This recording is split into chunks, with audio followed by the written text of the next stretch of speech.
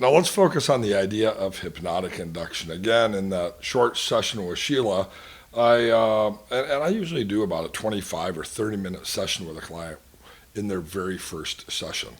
But let's talk a little bit about hypnotic induction. We can use just about any strategy that we want to. There's visualization inductions, there's inductions that focus on breath work. You'll hear people share their favorite induction. Well, my favorite induction is actually whatever works for the person who I'm working with. I'm trying to guide them through a process. I hope that when we went through that process a few minutes ago, you were actually watching Sheila and looking for some of those signs of trance that we talked about in the previous section or the previous videos. They were certainly there. And I'm also really trying to teach a skill.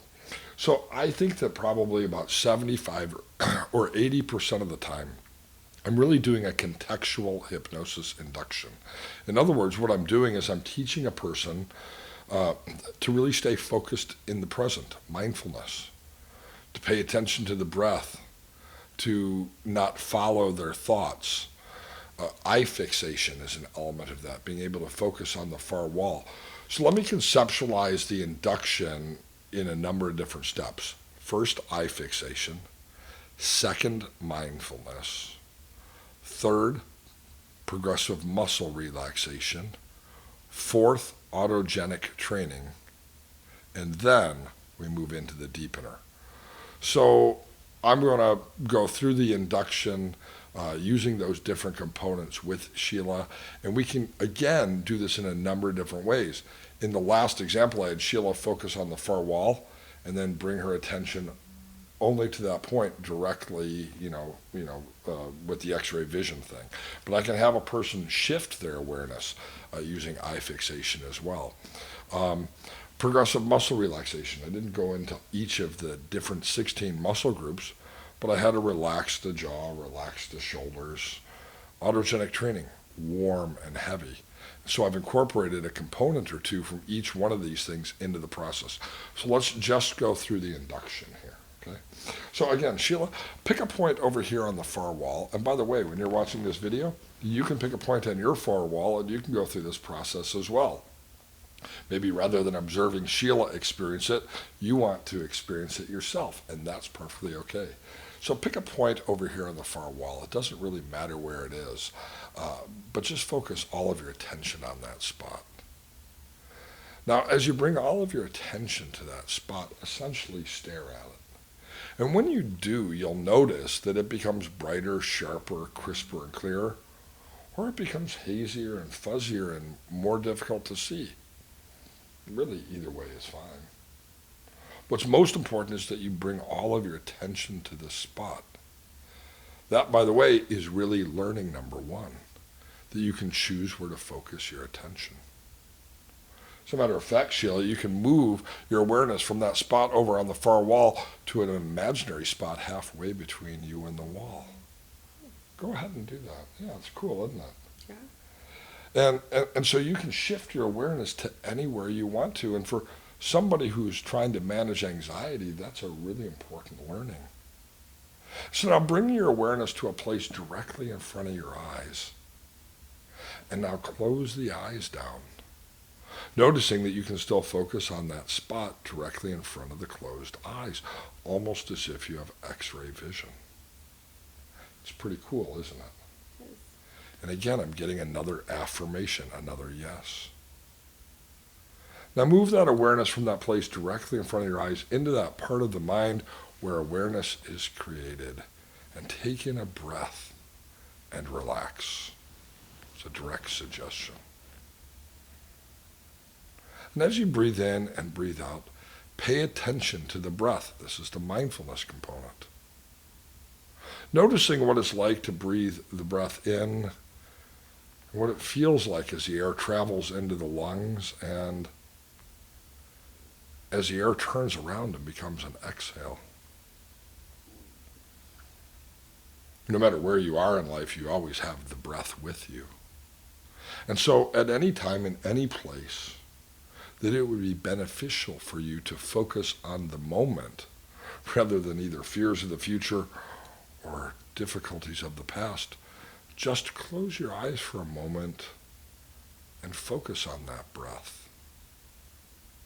And as you breathe in and breathe out, with each breath, allow yourself to relax even further. You've probably already noticed that the muscles in the body are relaxing, and it's perfectly okay to adjust for comfort as you're doing now. In fact, during our session at any time, if you need to swallow or move or adjust for comfort, it won't distract you.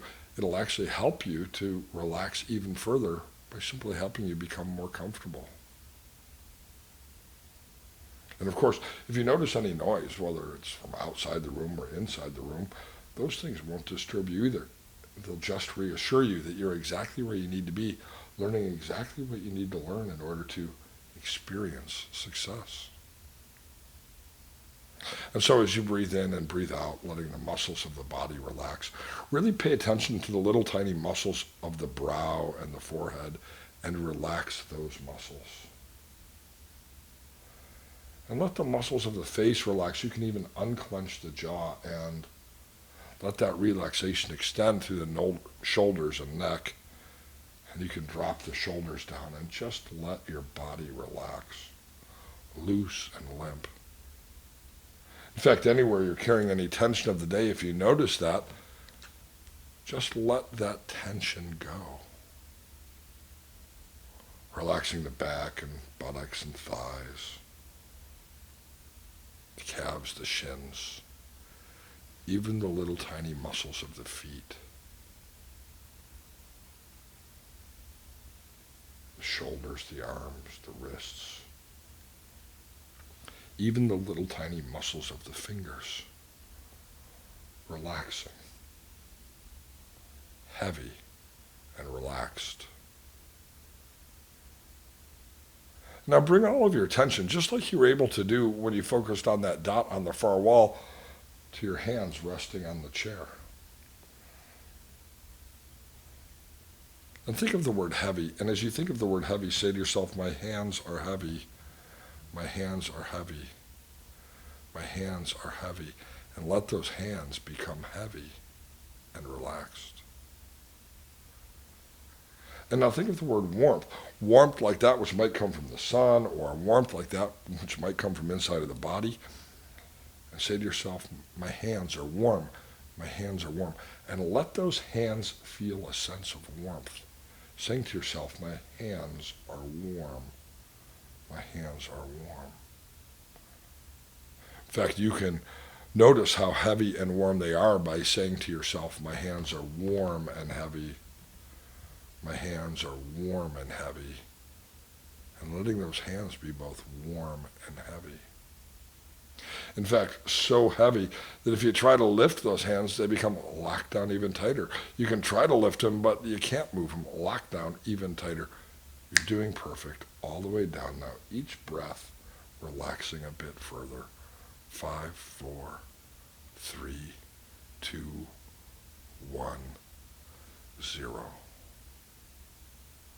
And now you've done a great job of bringing yourself into a state of hypnotic concentration or focus or learning, or whatever other resource states are important to her. In the case of anxiety, it would be calm and serenity.